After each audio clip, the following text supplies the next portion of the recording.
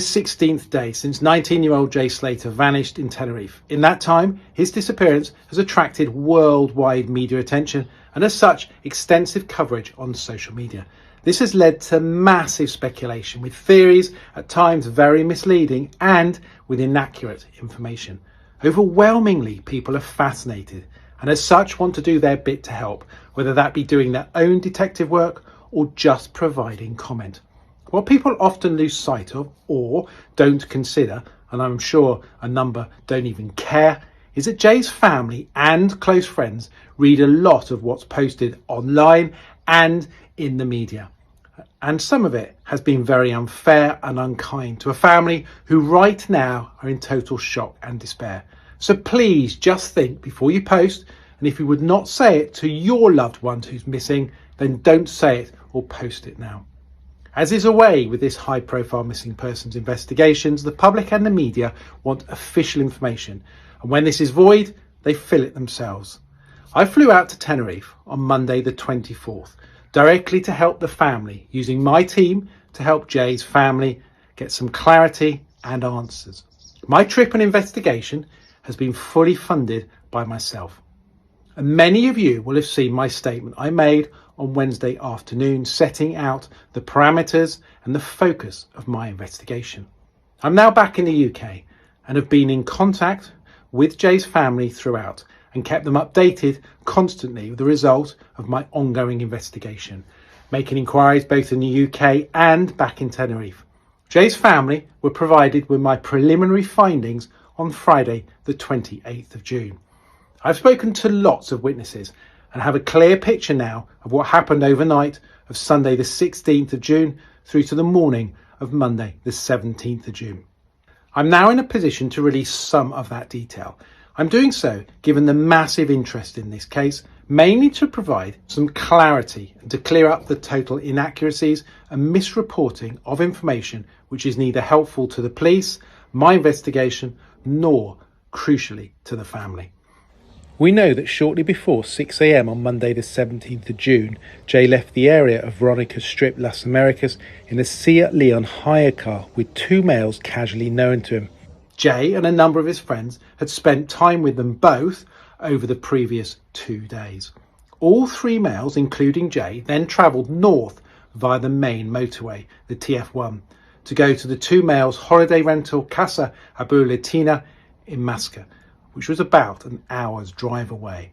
En route, Jay posted a Snapchat saying that he'd taken a £12,000 Rolex from a person. We've been unable to validate this in terms of a reported theft. However, friends of Jay said he would not make this up, and the watch was subject of later conversation between the friends.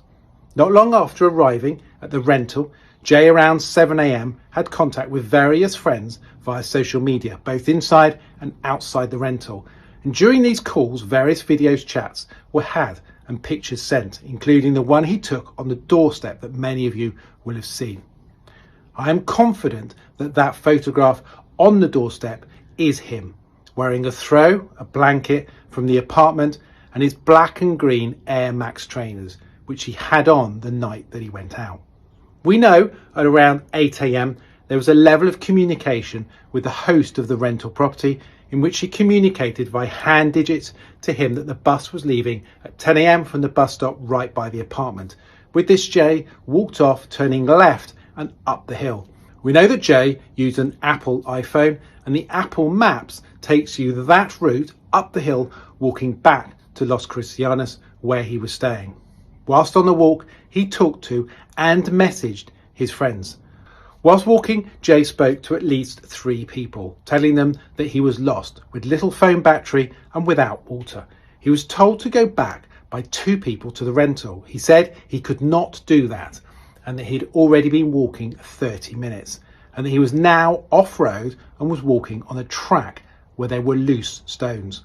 We know that at 8:49 and at 8:50, Jay sent his location via both Snapchat and WhatsApp to 2 friends. We can confirm that it was Jay using his phone at that stage and there was no indication that he was with anyone. The location is fixed by GPS and we've done tests in the area and it's accurate to 5 to 10 meters. The fixed point is the Barranco Juan Lopez hiking path, which fits the description given by the witnesses that spoke to him, stating that he was on a stony path and having walked 30 minutes from the rental apartment. From this point, no further contact is had with Jay because his phone battery dies. We've received information that would suggest that Jay left the rental property feeling scared and he would not return to the rental, even though that would have been the most sensible course of action, and also where he could have charged his phone, got some water and made contact with friends. We continue to investigate this aspect. We have, however, ruled out hostage kidnapping situation because no credible ransom demand has been made. And we have no evidence at this stage to say there was a third-party criminal involvement in Jay's disappearance. However, there are still a number of outstanding actions, and therefore we still remain open-minded to the possibility of this changing. The evidence is that Jay walked off from the rental, walked for about 30 minutes and then sent his location at 08:49 and 08:50, and we know that he was at that stage off the road on a track with loose stones, and we have that fixed as a location on GPS. I now want to make an appeal for landowners in the area of Tino Rural Park to check any outbuildings and land that they have, in the hope that further searches will continue by volunteers in the area not yet searched. I've largely remained silent to date with our investigation, not giving any interviews, but have felt the need to make a statement now to clear up facts, which I've advised the family I would be doing. This has been done as I hope it will enable people to accept the evidential facts and thus reduce the number of and inaccurate reports and information that are being publicised and circulated.